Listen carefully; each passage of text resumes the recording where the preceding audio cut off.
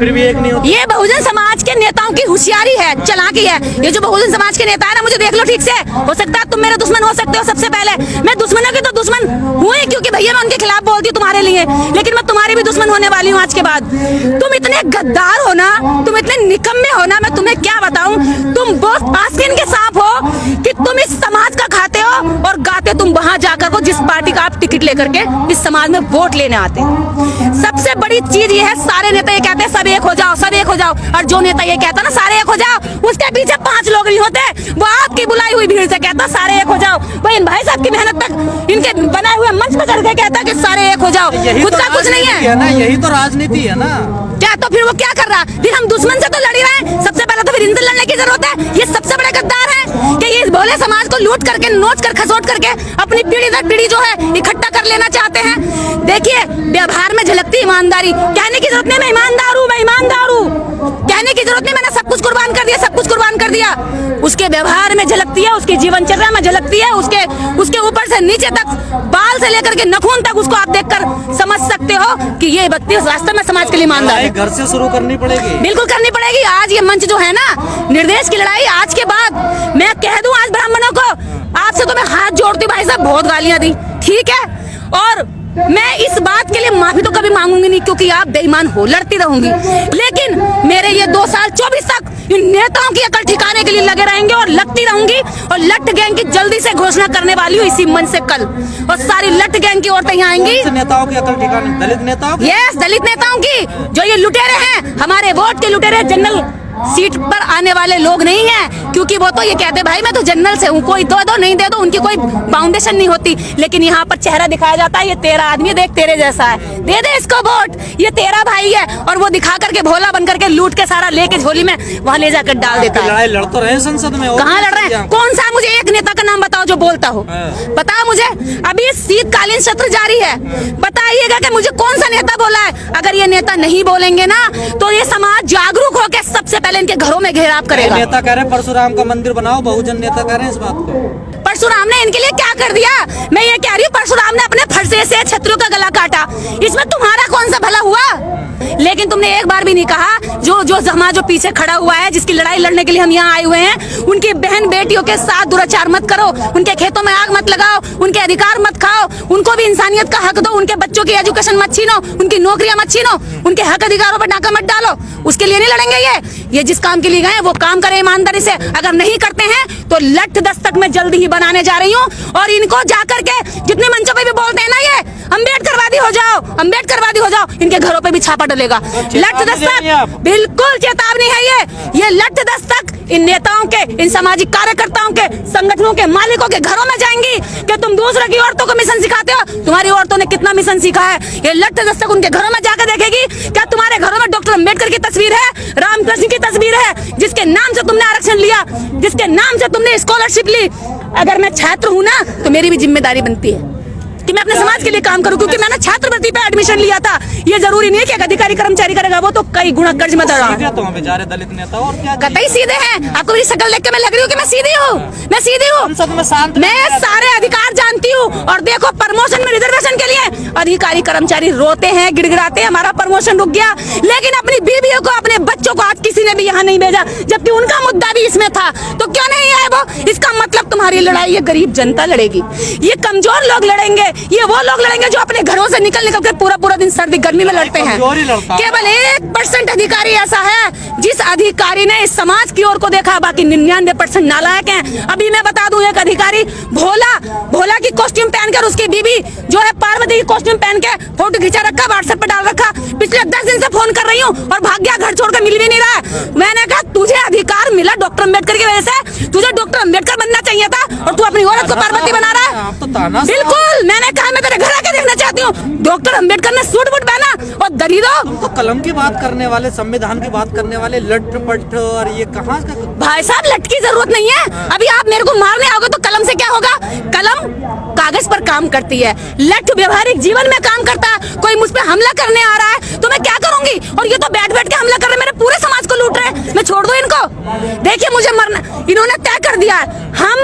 मेरे जीवन का एक ही लक्ष्य है कि इस समाज को उसकी ताकत का एहसास करा देना, और जिस दिन हो जाएगा ये खुद हिस्सा ले लेगा अपना।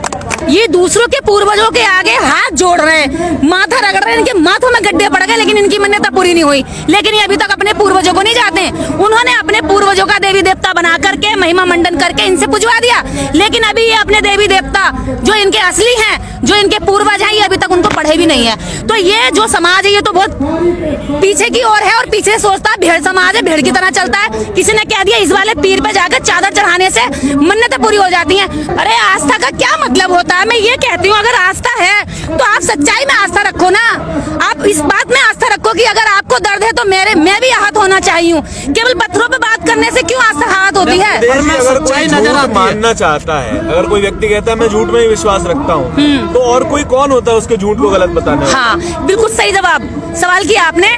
झूठ से यहाँ पर व्यक्ति विशेष का कोई लेना देना नहीं है। झूठ मानने के पीछे यहाँ पर 85% लोगों का अधिकार खाया जा रहा है। आपका यदि व्यक्तिगत मामला है कि आप कोई किसी झूठ को मान रहे हैं तो वो व्यक्तिगत हो जाता है, लेकिन जब वो प्रपंच रच के षड्यंत्र के तहत उस नर्क में झोंक करके उनके अधिकारों को खाया जा रहा है, तो तब ये बहुत जरूरी हो जाता है कि सामूहिक रूप से उसको छोड़ा जाए, उस व्यवस्था से ऊपर उठकर इंसान की वैल्यू मानी जाए।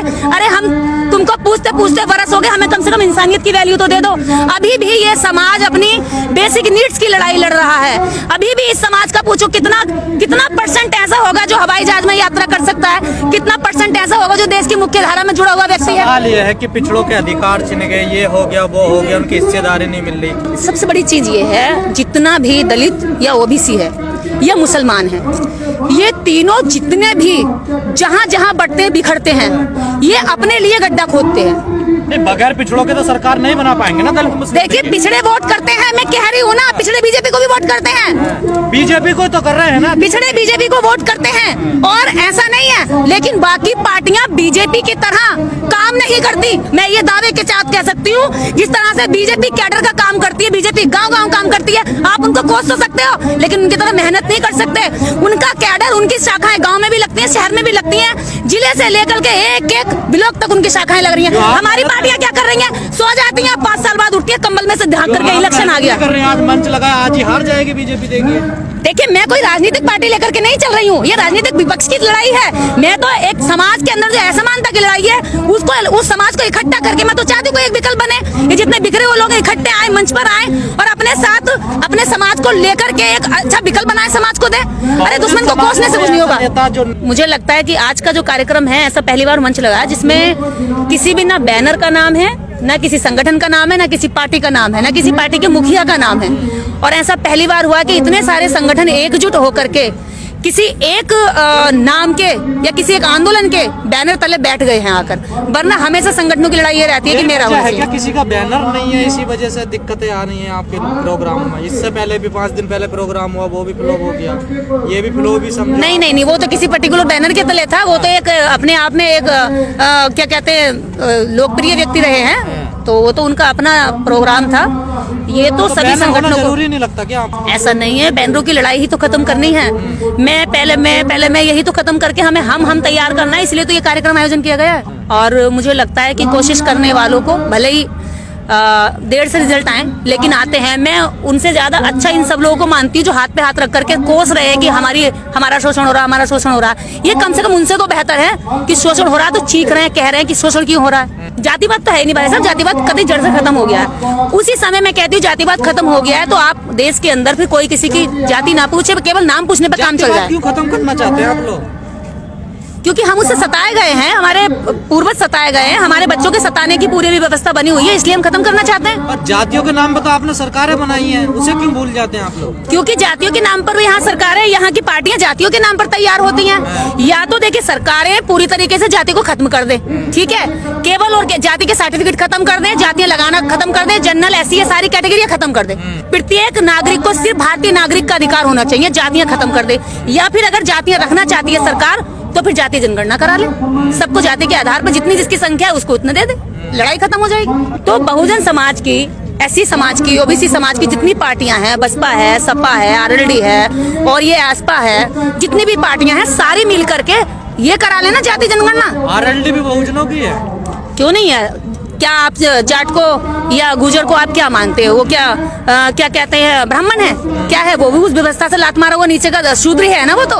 लेकिन वो मानता नहीं अपने आप को। ये नहीं मानता, यही तो कारण है कि वो आज भी गुलाम है। यही तो कारण है कि वो आज भी उनकी ढाल बना हुआ है। जब उन्हें दलितों को मरवाना होता है, मुस्लिम को कटवाना होता है, हिंदू मुस्लिम दंगा कराना होता है, तो यही मार्शल को हमको इस्तेमाल किया जाता है, इनकी लाठियों को इस्तेमाल किया जाता है। भी यही शोषण करते हैं, देखा होगा आप। बिल्कुल। तो ये मैं इनसे कह देना चाहती हूँ कि वास्तव में जो व्यवस्था बनी हुई है ना, सबसे ज्यादा उनकी नजर में नीच तो आप ही हैं। हम तो व्यवस्था से बिल्कुल बाहर के लोग थे। मैं कहती हूँ कि देश की महिलाएं व्यवस्था से बिल्कुल बाहर थी, बड़ व्यवस्था से बाहर है। महिलाओं को किसी भी बड़ी व्यवस्था के कोई से भी पायदान पे नहीं रखा है, ठीक है। तो मैं तो खुद को ये मानती हूँ उस व्यवस्था के मैं अंदर नहीं थी। दूसरा, ना एससी को रखा है, तीसरा ना एसटी को रखा है। तो अगर चौथे पायदान पर सताने वाले लोग थे, जिन पर लाठियां चलाई जाती थी, जिनको बैल की जगह हल में जो है इनको जोता जाता था, ये वही शूद्र तो है जो आज अपने आप को जो कहते हैं मैं एलार हूँ, मैं लोधे राजपूत हूँ, भाई मैं जाट हूँ, मैं गुजर हूँ, और मैं ये हूँ, मैं फलाना हूँ, मैं ढिमाका हूँ। लेकिन अगर तुम्हारी वर्ण व्यवस्था में गिनती है तो तुम सिर्फ शूद्र हो, नीच हो उनकी नजर में, और उनका धर्मशास्त्र यही कहता है।